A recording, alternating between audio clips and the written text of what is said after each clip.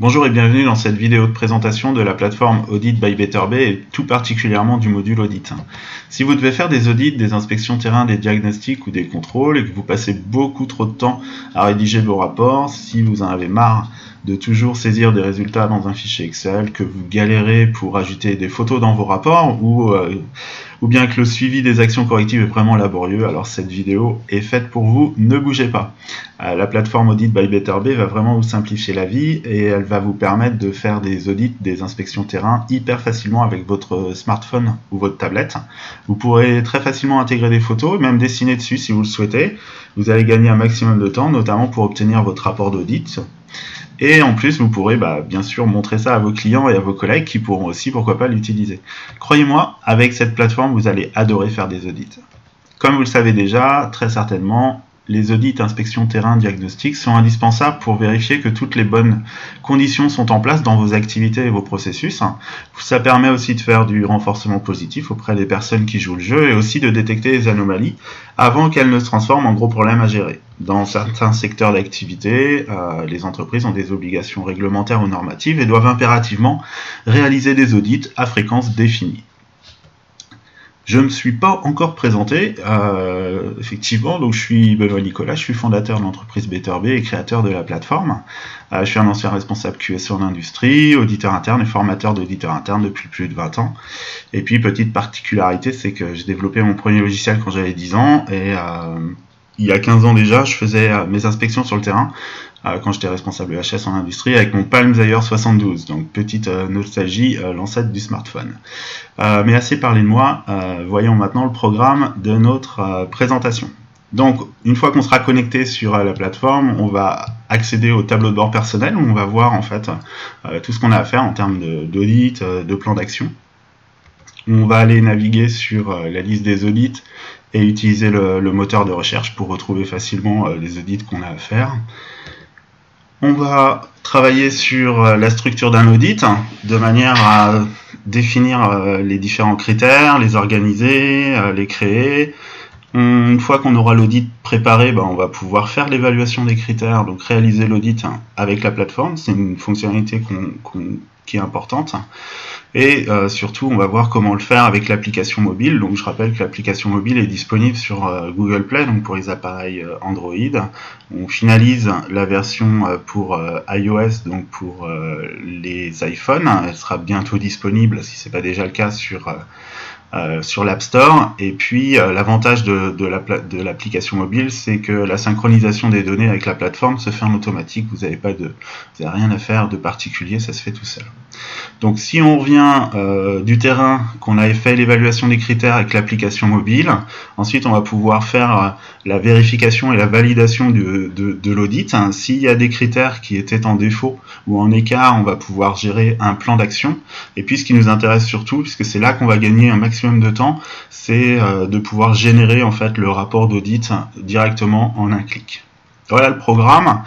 On va aller maintenant sur la plateforme pour voir tout ça, comment ça se passe.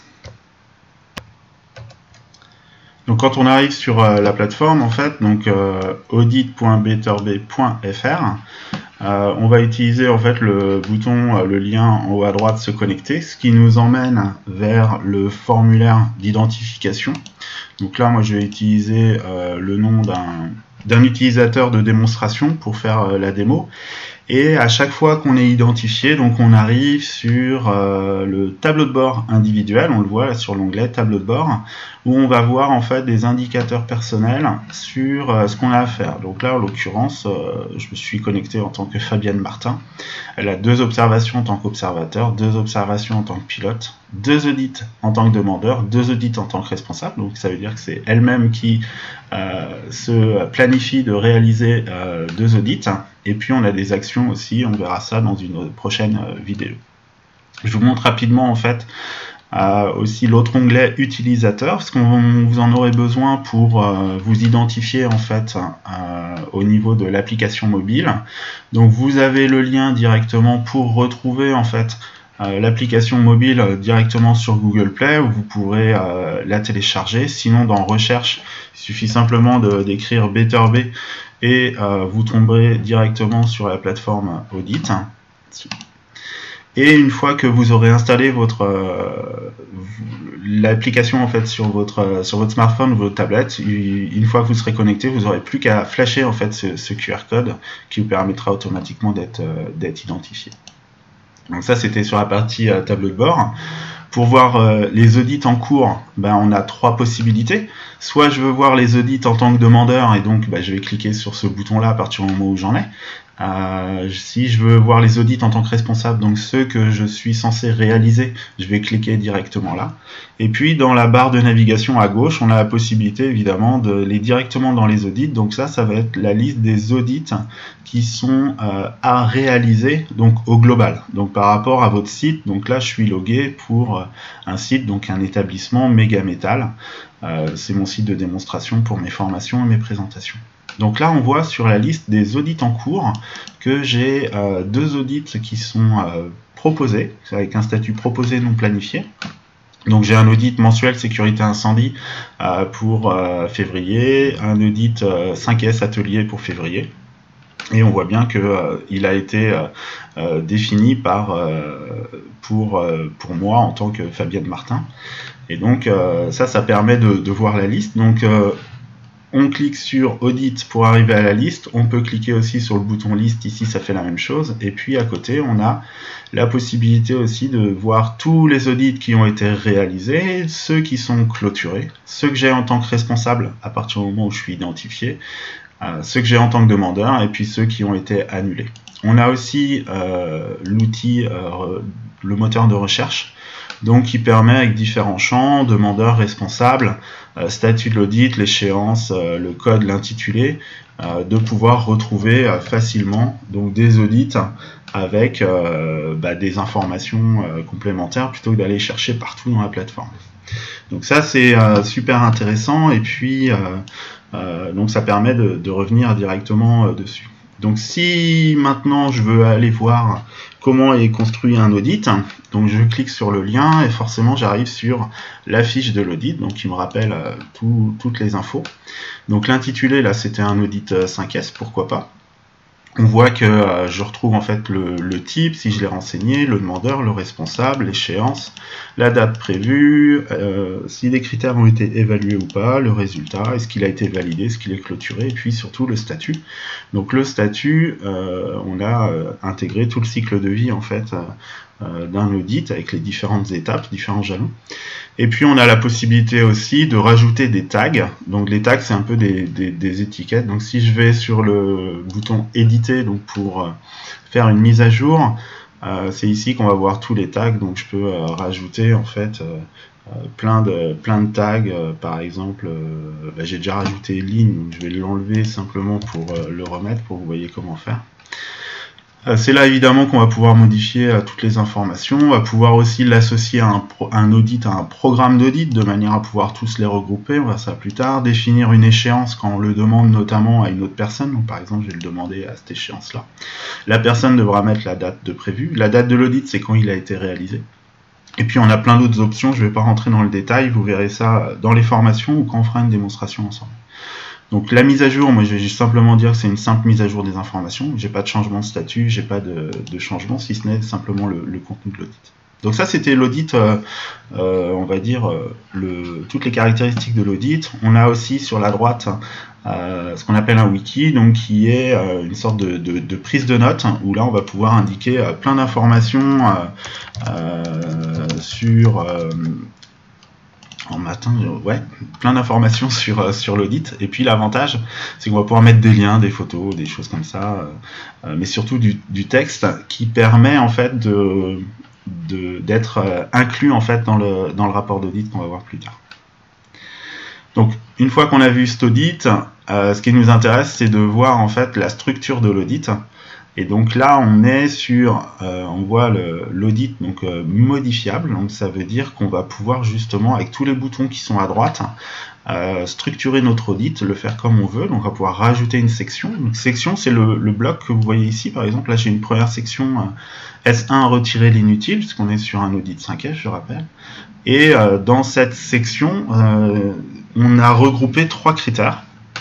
Donc voilà, je rentre pas dans le détail, mais voilà, c'est les critères des points qu'on va vérifier. Et puis pour chacun des critères, on a affecté ce qu'on appelle une cotation dans la plateforme. Donc la cotation, ça permet de définir les différentes options que on va pouvoir sélectionner quand on sera sur le terrain pour faire l'évaluation de l'audit. Donc si je voulais modifier un critère, il suffit que j'aille sur le bouton éditer et du coup on retrouve en fait le choix de la cotation. Donc là j'en ai qu'une à disposition, elle est très simple, non applicable, ok, non ok, mais vous pouvez faire les cotations que vous le souhaitez. Indiquer en fait le critère, donc ça c'est l'élément qu'il y aura à vérifier. On sait que ce critère appartient à une section et qu'il est en première position. On pourrait rajouter une image de référence si on le souhaitait.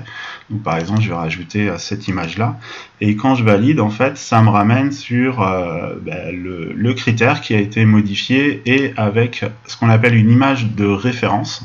Donc ça permet de pouvoir indiquer en fait, faire une photo au préalable de la situation que l'on souhaite vérifier, qui est la situation en fait idéale ou proche de l'idéal, de manière à pouvoir plus facilement en fait déléguer un audit pour que les personnes puissent vérifier en fait tel ou tel critère. On a la possibilité de dupliquer un critère, donc ça c'est pour gagner du temps, et évidemment on peut supprimer un critère. Donc là je vais créer un nouveau critère pour simplement vous montrer comment c'est hyper simple. Je vais mettre nouveau critère simplement. Il me ramène à l'endroit, donc nouveau critère. Je m'aperçois qu'il n'est pas forcément super ou pas au bon endroit. Je peux le modifier pour changer la section. Je vois que la position, je suis censé être en 3e rang, mais j'ai une position 4, donc ça vous pouvez le faire, c'est pas gênant, c'est juste pour organiser en fait l'ordre d'apparition des critères. Donc là je vais simplement modifier pour lui mettre 3. Et donc je reviens automatiquement à la bonne section avec mon nouveau critère. Je pourrais supprimer le critère, donc pas de panique, la suppression elle n'est pas directe, il y a toujours petite fenêtre de confirmation. Par contre si vous cliquez sur supprimer définitivement, ça le fait, croyez-moi, c'est fait pour. Donc après il n'y a plus de possibilité, comme c'est indiqué, la suppression est complète et définitive, et éventuellement il se peut qu'il y ait d'autres éléments qui soient aussi supprimés. Là en l'occurrence, comme on peut associer des actions à un critère et comme on peut associer des fichiers comme les images de référence, si on supprime le critère, tout ça sera supprimé. Donc là je vais annuler parce que j'ai envie de le garder simplement pour la démo. Donc si je résume, là on a travaillé en fait sur la structure de l'audit, on a créé les sections. Pour chaque section, on a ajouté des critères, on a défini la cotation pour chaque critère, éventuellement on a rajouté une image de référence. Maintenant l'audit, la structure est faite. Donc on va pouvoir switcher du mode modifiable au mode non modifiable, c'est-à-dire prêt à être réalisé. Et donc là on pourrait attaquer la réalisation de l'audit directement sur la plateforme. Donc c'est pas quelque chose qui est, on va dire, courant, puisque généralement on préfère le faire sur le terrain, mais des fois il y a des audits qui se passent dans le bureau, sur un audit documentaire par exemple. Et là on va pouvoir simplement cocher en fait, utiliser les boutons des différents éléments de la cotation qu'on a défini, et à chaque fois on voit qu'il est marqué évaluer, non enregistré. Donc pour l'enregistrer il suffit d'aller tout en bas et puis d'enregistrer les modifications. Là ça y est, c'est enregistré, c'est dans la base de données, mais on a toujours la possibilité éventuellement de éditer le critère ou de réinitialiser, c'est-à-dire revenir à zéro pour pouvoir refaire la cotation.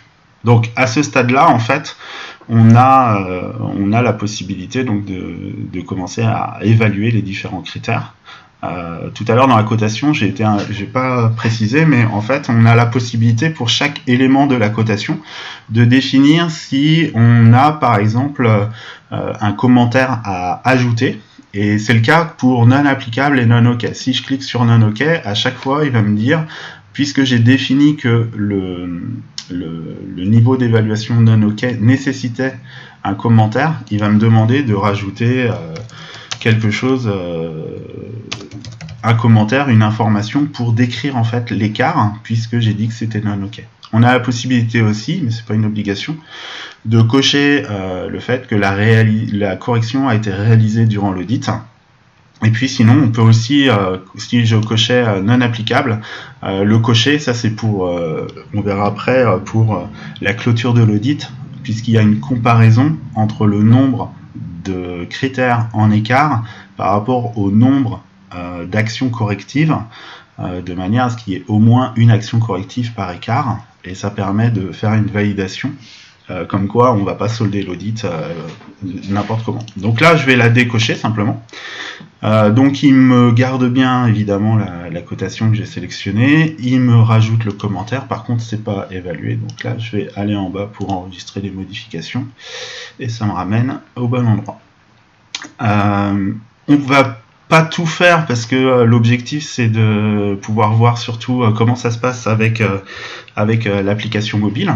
Donc là je vais passer sur l'écran de l'application mobile, donc je l'ai installé sur mon téléphone, je lance l'application et donc automatiquement vu que je suis déjà identifié, il va m'amener en fait sur la page d'accueil où je vais trouver un bouton pour pouvoir faire une observation. Alors les observations, on verra ça dans une autre vidéo, mais ça permet de faire des remontées terrain. On lance l'application, on fait nouvelle observation, on prend la photo, on met un commentaire et hop, c'est synchronisé avec la plateforme et après on peut faire plein de choses intéressantes. Mais là, ce qui nous intéresse, nous, c'est de retourner en fait sur les audits inspection.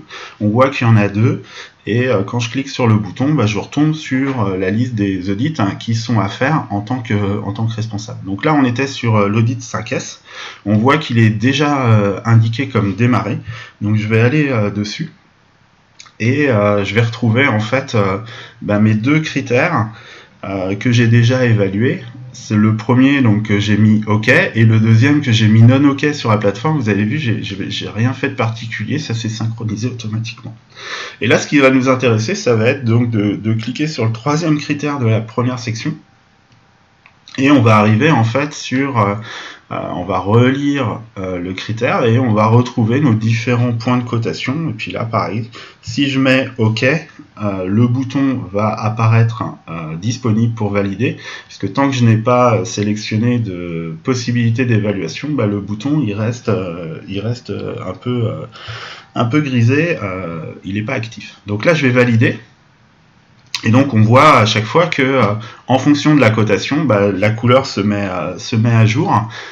Ça permet assez facilement en fait de pouvoir voir une fois qu'on a réalisé l'audit, si on veut faire une réunion de clôture, faire un petit point sur les éléments qu'on a dit qui étaient bons et puis surtout ceux qui nécessiteront peut-être de mettre des actions en place. Donc je vais aller sur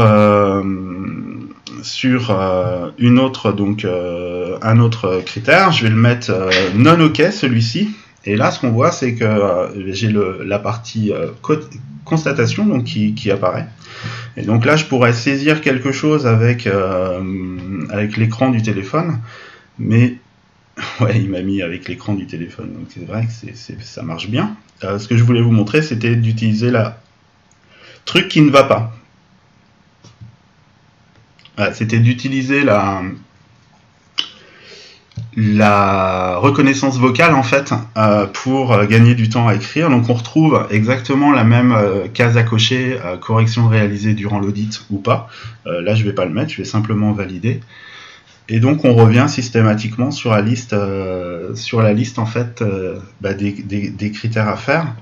Et puis critère suivant, vous vous souvenez, on avait une image de référence. Donc là, ça permet l'image de référence s'affiche, ce qui permet aux personnes de pouvoir assez facilement comparer la situation sur le terrain par rapport à l'image de référence. Et puis, on va faire un truc assez magique, c'est qu'on va aussi, vous avez vu à chaque fois, vous avez deux icônes, donc l'appareil photo et puis les petites montagnes là. L'appareil photo permet de lancer l'appareil photo, donc je vais le faire pour arriver en fait sur par exemple, donc là j'ai repris la photo simplement que j'ai mis à l'écran. Oula, j'ai le flash, c'est vraiment pas terrible, je vais réessayer. Je vais enlever le flash et je vais juste prendre la photo comme ça. J'ai un vilain reflet. Je vais réessayer. Hop, on va faire la photo. Celle-ci, on va la valider. Tac, j'en étais là, autant pour moi. Et donc là, vous voyez que j'ai fait la photo donc de situation. Et cette photo de situation, si je fais un appui long dessus, donc je vais pouvoir la visualiser en plein écran. Et je vais surtout aussi pouvoir directement en fait dessiner dessus en appuyant donc sur le petit bouton qui avait en dessous avec le pinceau. Donc je vais pouvoir choisir des couleurs. Donc là par exemple je vais choisir le jaune. On peut choisir en bas la taille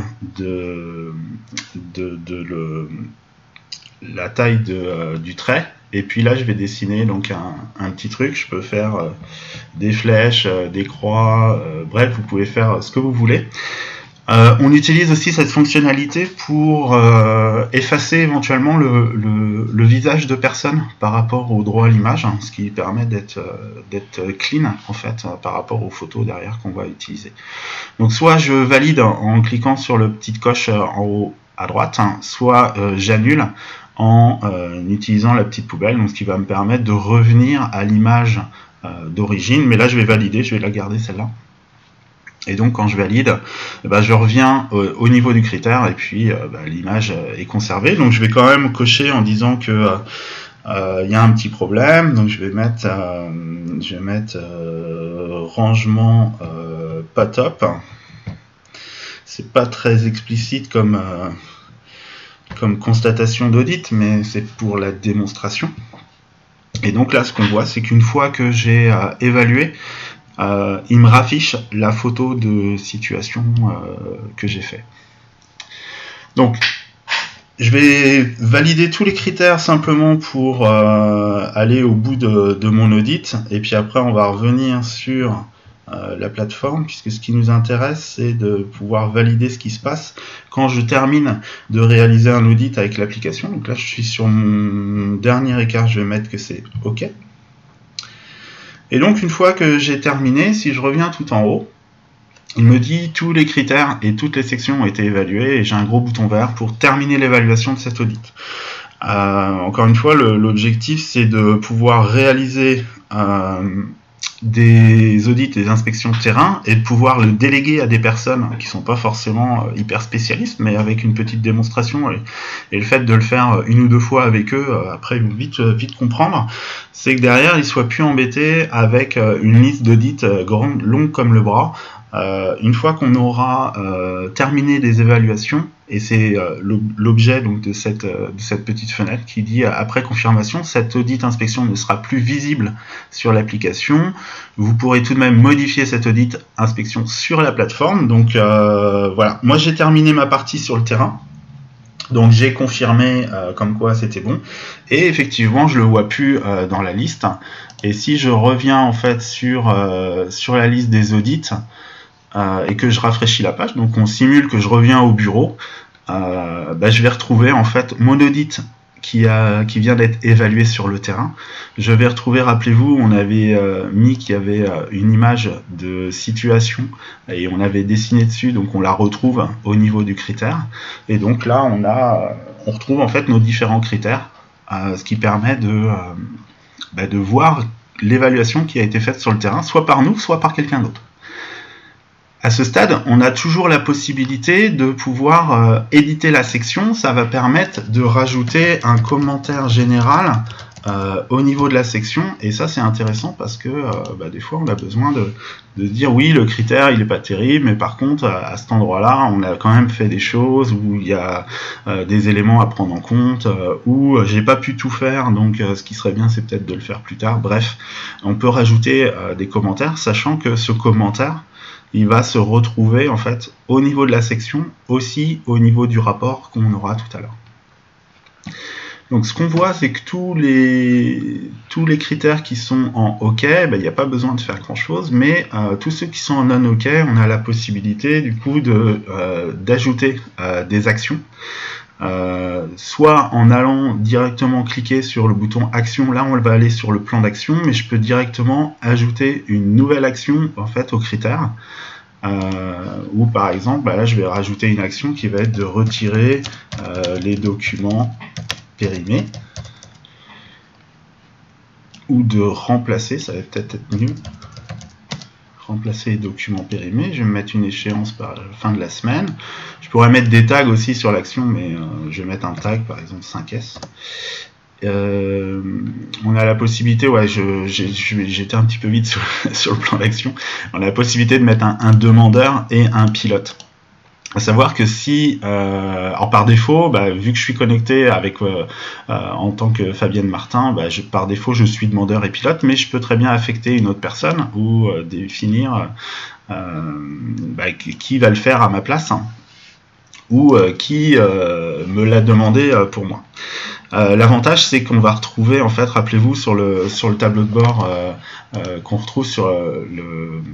retrouve en fait à l'accueil, à la connexion, on va retrouver directement en fait les pilotes, les actions en tant que pilote et le nombre d'actions en tant que demandeur. Donc ça va permettre très rapidement, si je clique ici, de retourner vers le plan d'action pour cette personne-là et qui va pouvoir très rapidement en fait savoir ce qu'elle a à faire et pourra retourner assez rapidement aussi derrière sur la source de l'action, c'est-à-dire l'élément auquel l'action est rattachée.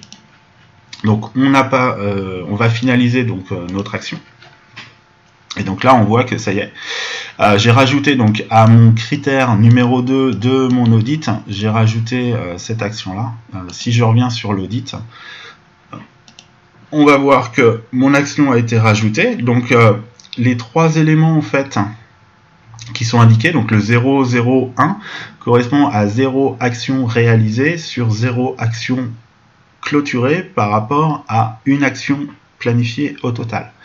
Il faut savoir qu'on a la possibilité donc dans un plan d'action de définir, vous l'avez peut-être vu après, tout à l'heure, si on veut ou pas une vérification d'efficacité.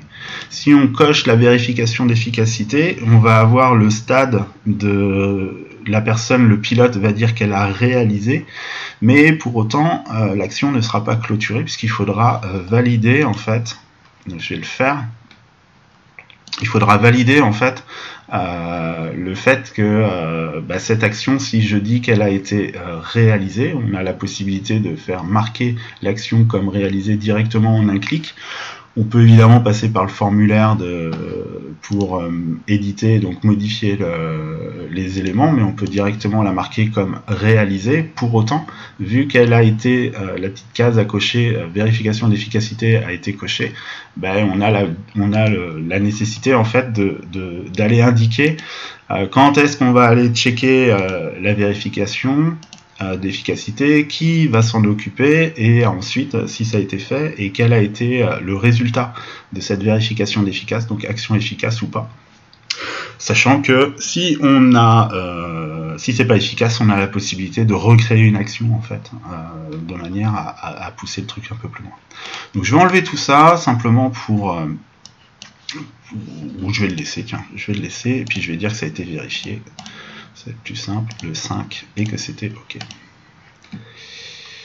Donc c'est bon, elle est clôturée, elle est validée. Si je reviens sur mon audit, je vois que mon plan d'action global de l'audit est en train d'être complété. Que mon action ici, l'indicateur est passé au vert puisque j'ai une action réalisée sur une, clôturée sur une au total. Tout va bien, en tout cas pour ce critère-là. Par contre, pour les autres, je ne l'ai pas fait. Donc, on ne va pas pousser plus loin le plan d'action, vous avez compris le concept. Par contre, ce qu'on voit, c'est que là, on est toujours donc, dans l'audit, il a été réalisé, mais il n'a pas été validé. Donc, je peux, à un moment donné, on doit valider les constatations de l'audit, donc ça veut dire confirmer que tous les éléments qu'on a indiqués en termes de cotation et en termes de commentaires, etc. sont validés. Le fait de valider l'audit va nous permettre d'obtenir ce nouveau bouton rapport PDF, donc si je clique dessus, ça va, et c'est là qu'on va vraiment gagner du temps, c'est là la plus-value en fait de la plateforme. On a fait tout ce travail-là pour obtenir, comme je le disais, en un clic, le rapport d'audit. Donc on retrouve les éléments en fait de l'audit, donc on retrouve son nom, le code, qui est demandeur, le statut, l'échéance, enfin tous les éléments, toutes les infos. On retrouve les notes donc, qui étaient dans le wiki, mais ça on va pouvoir le modifier à chaque fois si on le souhaite. Et puis on va retrouver en fait les différentes sections avec les critères pour chaque section, avec la constatation, le fond de couleur qui correspond au fait que ce soit OK ou qu'il y ait un besoin voilà, un truc qui va pas. Si on a une image de situation, on va la voir. Si on a une image de référence, on va la voir, ce qui va nous permettre de valider assez facilement notre rapport d'audit. Et puis, quand il y a des actions, on affiche aussi automatiquement le plan d'action pour valider que tout est OK ou pas, ou qu'il reste à faire. Donc ça, c'est vraiment l'élément, on va dire, qui souvent fait perdre pas mal de temps aux personnes en poste qui réalisent les audits, ou alors qui doivent ressaisir derrière quand on utilise une grille papier, on fait notre évaluation sur le terrain, puis après il faut ressaisir. Donc dans tous les cas, on perd du temps. Et grâce en fait à cette fonctionnalité, c'est là qu'on gagne du temps. Donc je rappelle que si on voulait modifier un petit peu le wiki, il suffirait de mettre ça un petit peu plus propre. Là moi j'avais pré-rempli ça, parce que c'était je l'avais fait pour moi dans le cadre de mes audits en tant que consultant, et aussi pour un client qui utilise la plateforme. Donc on a déjà préparé tout ça. Je peux enlever tout ça, hop, je valide. Du coup voilà, c'est un petit peu clean, un peu plus propre. Évidemment il faudrait personnaliser tout ça. Je rappuie donc sur le bouton pour obtenir le rapport. Et évidemment, les notes, donc le contenu du wiki est modifié et mis à jour. Donc là, vous pouvez mettre toutes les infos que vous voulez. Et après, vous avez obtenu le rapport PDF, donc vous pouvez l'enregistrer sur votre serveur, le communiquer en pièce jointe par mail, faire ce que vous voulez, absolument ce que vous voulez. À ce stade, j'ai envie de vous montrer une autre chose, c'est l'historique en fait. L'historique des audits, c'est qu'on a la possibilité en fait assez facilement de dupliquer un audit, puisque si j'ai travaillé sur la structure d'un audit une première fois, j'ai peut-être pas envie à chaque fois de le réécrire, parce qu'on va quand même, on est là pour gagner du temps, donc je vais pouvoir le dupliquer. Et donc, si je le duplique, je vais pouvoir soit le dupliquer pour qu'il fasse partie une sorte de filiation, donc qui conserve un historique entre les audits, par exemple 5S atelier. Là, je vais créer l'audit pour mars. Donc, ça va me permettre de continuer en fait et d'alimenter. Donc, je vais juste changer que c'est celui de mars. Je vais définir que l'échéance, ça va être au 31 mars. Date prévue, j'en sais rien. Ici, on va retrouver les éléments, mais je vais juste remettre tout ça. Donc si vous n'avez pas envie de refaire tout ça, vous pouvez utiliser un audit modèle. On va le laisser duplicable, on va laisser le fait de dupliquer les critères, les sections et leurs critères. La question c'est est-ce qu'on conserve ou pas les commentaires des sections, donc ça je vais le décocher. Et est-ce qu'on conserve une filiation avec le modèle, c'est-à-dire pour avoir un historique commun, donc là c'est absolument le cas. Mais imaginez que vous ayez une grille d'audit 5S ou autre pour, je sais pas, sécurité incendie, ou pour la vérification de matériel, ou pour tout ce qui est hygiène, ou housekeeping, ou je ne sais quoi. Vous pourriez très bien utiliser une grille que vous allez utiliser par exemple une fois pour tel atelier, une autre fois pour l'autre atelier. Vous allez donc dans ce cas ne pas avoir de filiation entre deux ateliers pour que les deux puissent avoir leur propre historique pour voir l'évolution en fait des scores et des critères en écart pour chacun d'eux. Mais là dans ce cas-là, moi ce que je veux c'est avoir mon audit dans une continuité, donc pour celui de mars par exemple. Donc je valide Et là, il vient donc de me créer mon audit. Évidemment, je retrouve exactement les mêmes critères. Je n'ai plus les images de référence, j'ai plus les cotations et puis les critères, puisque c'est prêt à être évalué. Par contre, dans l'onglet historique, c'est là que je vais retrouver en fait tous les éléments, donc la liste de mes audits. Donc on voit que le 03 là, il est en bleu parce que c'est celui qui est en cours, qui a le statut proposé. Le 02, je l'ai fait, mais il est que validé, il n'est pas encore complètement clôturé. Et puis celui de janvier, il a été complètement clôturé avec un score. Donc ce qu'on voit aussi, c'est qu'il y a deux graphiques donc, qui vont nous permettre de calculer un score et un pourcentage de score obtenu par rapport au score total qu'on peut avoir. On a un autre graphique à droite sur le nombre de critères avec commentaires, donc sous-entendu qui nécessite un écart ou qui était non applicable. Et puis en dessous, on a un tableau de comparatif des critères. Ça, c'est simplement pour voir en fait deux cas de figure. Donc là, je n'ai pas fait exprès, mais on voit par exemple sur ce critère, le sol est propre, c'était marqué non applicable, maintenant c'est marqué OK. Et puis pour les autres, on voit qu'ils étaient OK, mais entre-temps, il y a eu peut-être une dérive ou un changement, donc ça a été noté. Et puis sur le premier, on voit que c'était pas bon déjà fin janvier, c'est toujours pas bon début mars, donc peut-être que les choses n'ont pas été enclenchées. Donc ça permet de imaginer l'inverse. Donc vous aviez quelque chose qui n'était pas bon, après c'est évalué comme correct ou OK. Ça montre que vous faites les choses et que l'audit est utile pour pouvoir améliorer en fait les situations, puisque c'est bien l'objectif des audits.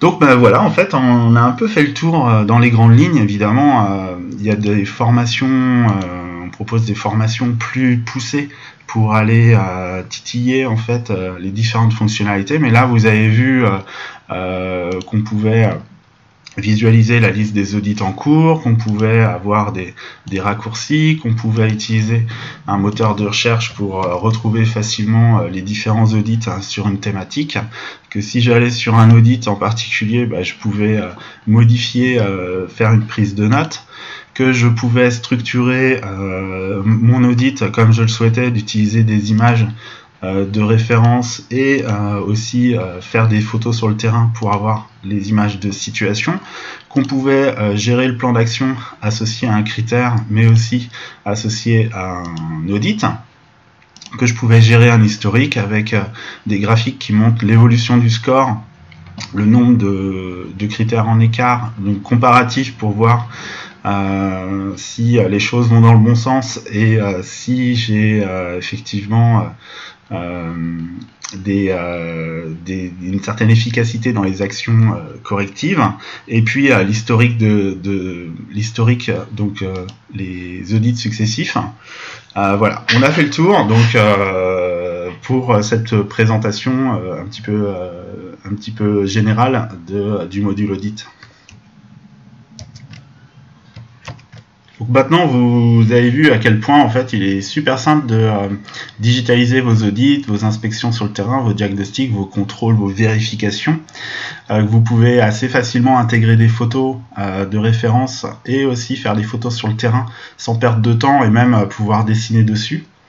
On a la possibilité évidemment de suivre un plan d'action qui va être partagé unique, qui intègre aussi des notifications automatiques. Donc tous les mardis matins à 9h, les personnes qui ont des choses à faire reçoivent une notification dans leur boîte mail. On a la possibilité donc d'éditer le rapport d'audit en quelques clics et puis de disposer d'un historique sur des audits successifs. Voilà, donc à ce stade, je pense que vous devez avoir envie de réaliser vos propres audits diagnostiques avec votre smartphone ou votre téléphone. Donc pour ça, c'est très simple, contactez-nous pour qu'on active votre compte utilisateur. Vous avez notre email et puis l'adresse pour le contact. Donc maintenant, c'est à vous de jouer. Et encore une fois, je pense que comme nous, vous allez adorer faire des audits. Donc merci en fait pour votre attention. Si vous avez des questions, des commentaires ou des suggestions, n'hésitez pas à m'envoyer un petit mail ou à poster un commentaire sous la vidéo. Je vous souhaite une très bonne journée et je vous dis à très bientôt pour de prochaines vidéos.